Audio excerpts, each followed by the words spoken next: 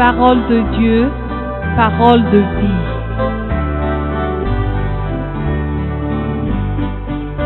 Une émission présentée par la radio Saint-Sienne avec les offices de l'association Tira Sitila Zansara, chant et évangile.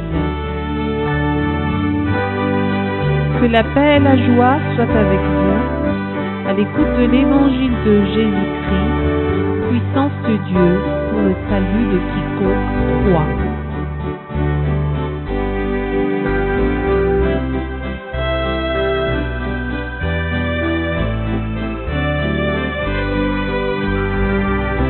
Parole de Dieu, parole de vie.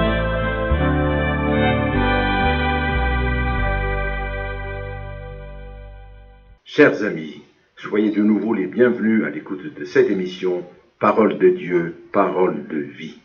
Et que la grâce, la paix et la bénédiction de Dieu notre Seigneur vous soient pleinement octroyées et abondent richement dans vos vies et dans vos entreprises. Le peuple de Dieu, peuple du renouveau. Tel est le thème sur lequel nous allons porter notre examen d'aujourd'hui. Le peuple de Dieu, peuple du renouveau. Quel est donc le sens de ce thème? Qu'est-ce qu'il a inspiré? Quel dessein Dieu peut-il projeter à travers ce thème?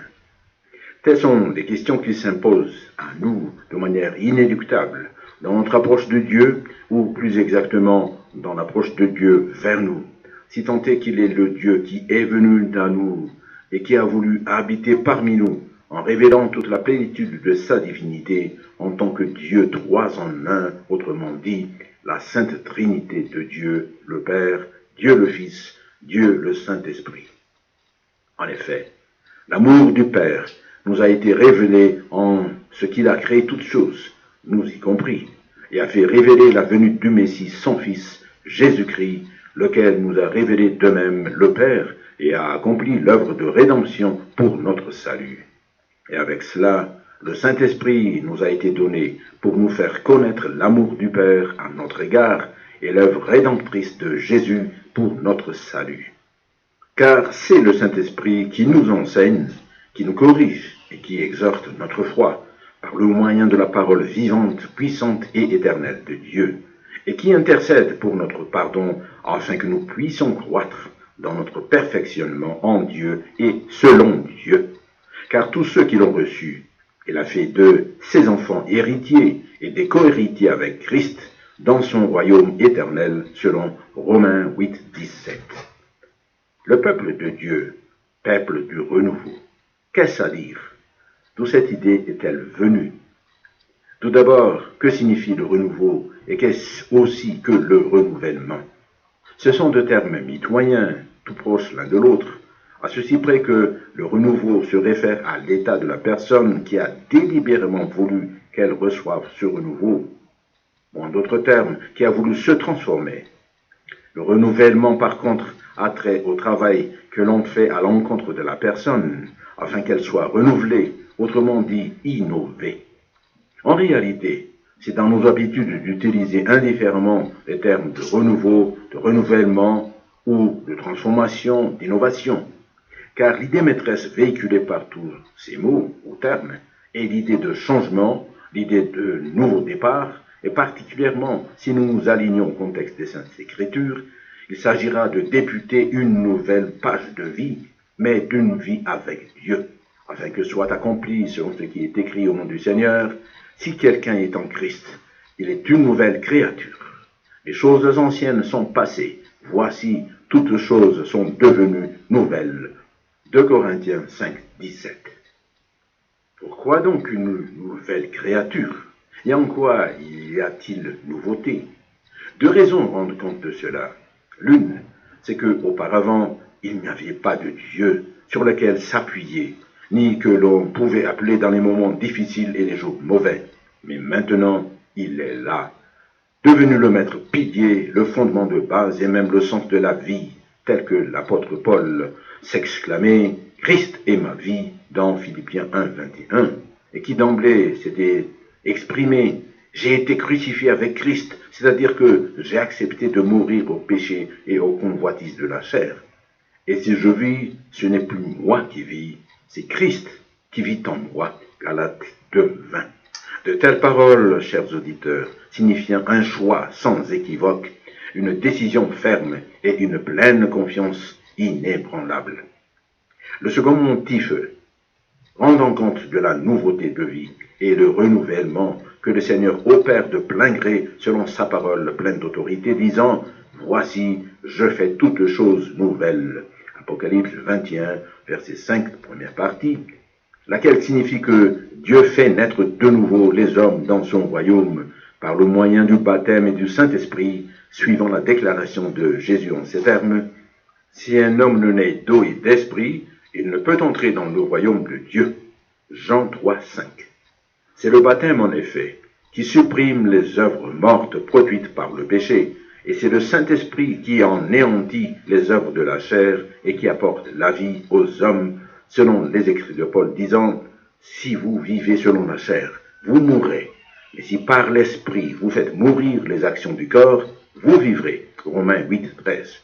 En effet, la loi de l'Esprit de vie en Jésus-Christ m'a affranchi de la loi du péché et de la mort, disait l'apôtre Paul. Et si l'Esprit de celui qui a ressuscité Jésus d'entre les morts habite en vous, celui qui a ressuscité Christ d'entre les morts rendra aussi la vie à vos corps mortels par son Esprit qui habite en vous. Romains 8, versets 2 et 11. Ainsi, il est clair que le renouvellement des hommes est un fait établi par Dieu et non point un projet humain. Car si nous nous en tenons aux simples considérations humaines, il existe effectivement des raisons qui nous motivent à rechercher le renouvellement, telles des raisons de santé, des raisons de vivre pour viser un mieux-être, etc. Mais il est évident que ce n'est pas le propre de tout le monde de chercher à être renouvelé rien que dans leur manière d'être au quotidien, dans leur caractère, dans leurs habitudes, et encore moins en ce qui concerne leur état spirituel. Ce n'est pas tout le monde qui accourt pour renouveler ses relations avec Dieu, ni pour pouvoir entrer dans le royaume des cieux et hériter la vie éternelle. Et c'est la raison pour laquelle Jésus rappela le principe fondamental qui fonde toute vie humaine en disant « Cherchez premièrement le royaume et la justice de Dieu, et toutes ces choses vous seront données par-dessus. » Matthieu 6, 33. Quel renouveau ou renouvellement alors Dieu a-t-il établi pour nous? C'est le renouveau de vie pour Dieu et en Dieu. Tel est le projet de Dieu pour nous, chers amis. Pratiquement, cela signifie le renouvellement de l'intérêt, de notre intérêt pour la parole de Dieu, car la parole est Dieu, selon Jean 1, 1.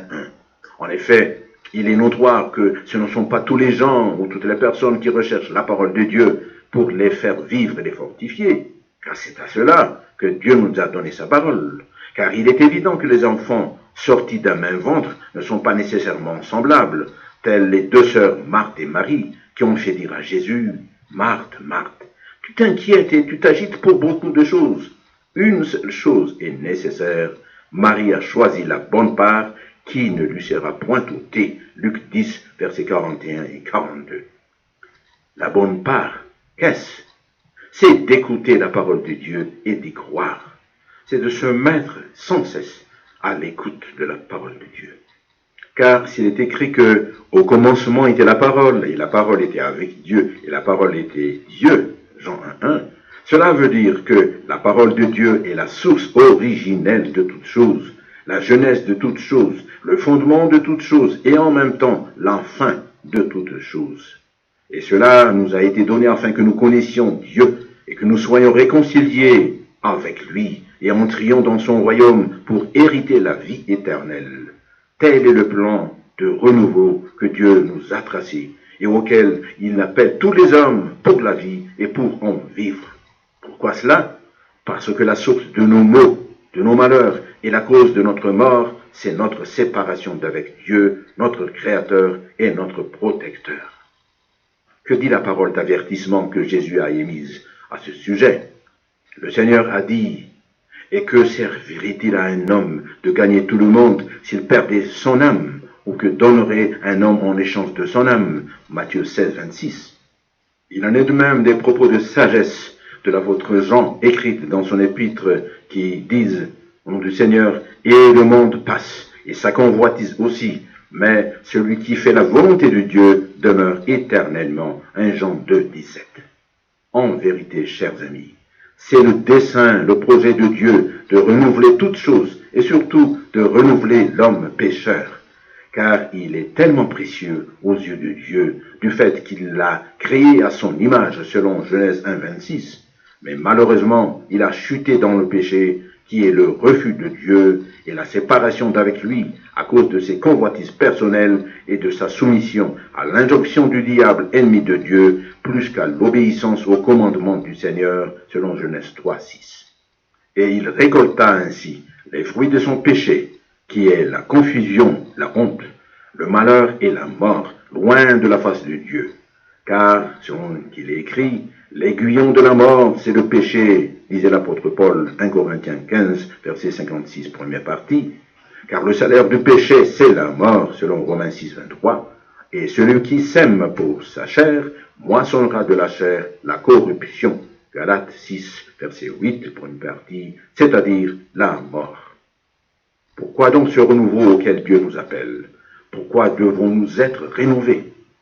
L'homme doit être rénové parce qu'il est usé par le péché qui habite en lui, usé par l'iniquité à laquelle il est trop habitué, rouillé par l'injustice, semblable à une eau dans laquelle toute la société baigne et constituant le monde où il vit. En somme, il est mort dans le péché dans lequel il est né et dans lequel il a été éduqué et qui constitue encore son univers spirituel, courant vers la perdition en s'éloignant de Dieu. Il faut qu'il soit rénové car Dieu ne veut ni sa perte ni sa destruction, car il viendra assurément pour juger les vivants et les morts. Et même son jugement s'applique déjà, commençant au sein de la famille de Dieu, tel que consigné dans les Saintes Écritures, selon qu'il est écrit, au nom du Seigneur, car c'est le moment où le jugement va commencer par la maison de Dieu. Or, si c'est par nous qu'il commence, quelle sera la fin de ceux qui n'obéissent pas à l'évangile de Dieu? Si le juste se sauve avec peine, que deviendront l'impie et le pécheur? 1 Pierre 4, versets 17 et 18, se référant au Proverbe 11, verset 31. L'homme doit être rénové, parce que le Seigneur viendra, et ce, avec la gloire du Père, pour séparer les siens de ceux qui ne lui appartiennent pas. En ces temps où beaucoup se retirent, ayant pour Dieu leur ventre, et faisant de l'égoïsme un principe de vie au-dessus de la loi de Dieu. C'est à cela que Jésus se référa lorsqu'il fit la grande révélation suivante, au nom du Seigneur. Lorsque le Fils de l'homme viendra dans sa gloire, avec tous les anges, il s'assiera sur le trône de sa gloire. Toutes les nations seront assemblées devant lui, il séparera les uns d'avec les autres, comme le berger sépare les brebis d'avec les boucs. Et il mettra les brebis à sa droite et les boucs à sa gauche. Alors le roi dira à ceux qui seront à sa droite, « Venez, vous qui êtes bénis de mon Père, prenez possession du royaume qui vous a été préparé dès la fondation du monde, car j'ai eu faim, et vous m'avez donné à manger, j'ai eu soif, et vous m'avez donné à boire. J'étais étranger, et vous m'avez recueilli. J'étais nu, et vous m'avez vêtu. J'étais malade, et vous m'avez visité. J'étais en prison, et vous êtes venus vers moi. » Ensuite, il dira à ceux qui seront à sa gauche, « Retirez-vous de moi, maudits, allez dans le feu éternel qui a été préparé pour le diable et pour ses anges, car j'ai eu faim, et vous ne m'avez pas donné à manger, j'ai eu soif, et vous ne m'avez pas donné à boire. J'étais étranger, et vous ne m'avez pas recueilli, j'étais nu, et vous ne m'avez pas vêtu. J'étais malade et en prison, et vous ne m'avez pas visité. » Matthieu 25, versets 31 à 36 et 41 à 43. Et en cela, celui qui croit et qui sera baptisé, c'est-à-dire qui accepte d'être rénové par Dieu, sera sauvé, mais celui qui ne croit pas, c'est-à-dire qui refuse d'être renouvelé par le Seigneur, sera condamné. Marc 16, 16. Assurément, celui qui croit sera sauvé, et ainsi donc, crois au Seigneur Jésus, et tu seras sauvé, toi et ta famille. Acte 16, 31. Concluons cette méditation vraiment fondamentale pour toute notre vie. Chers amis, Le Seigneur Jésus viendra certainement renouveler toute sa créature, laquelle se trouve défigurée par le péché et malmenée par le diable. Aussi, il nous appelle à faire cause commune avec lui dans ce plan de renouveau qu'il accomplit pour faire de nous des témoins vivants, des temples de l'Esprit, des vases d'honneur dans le royaume de Dieu, afin que nous puissions demeurer dans sa gloire avec notre Seigneur Jésus-Christ, selon la promesse qu'il a donnée, disant, afin que là où je suis, vous y soyez aussi. Jean 14, 3. À la gloire de Dieu notre Père, dans le seul nom de Jésus-Christ, notre Sauveur. Amen.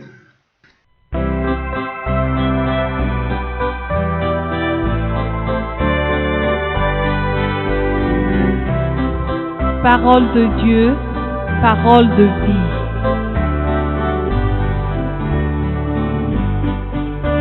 Une émission présentée par la radio Saint-Sienne avec les offices de l'association Tira Sitila Jansara, chant et évangile. Que la paix et la joie soient avec vous à l'écoute de l'évangile de Jésus-Christ, puissance de Dieu pour le salut de quiconque croit.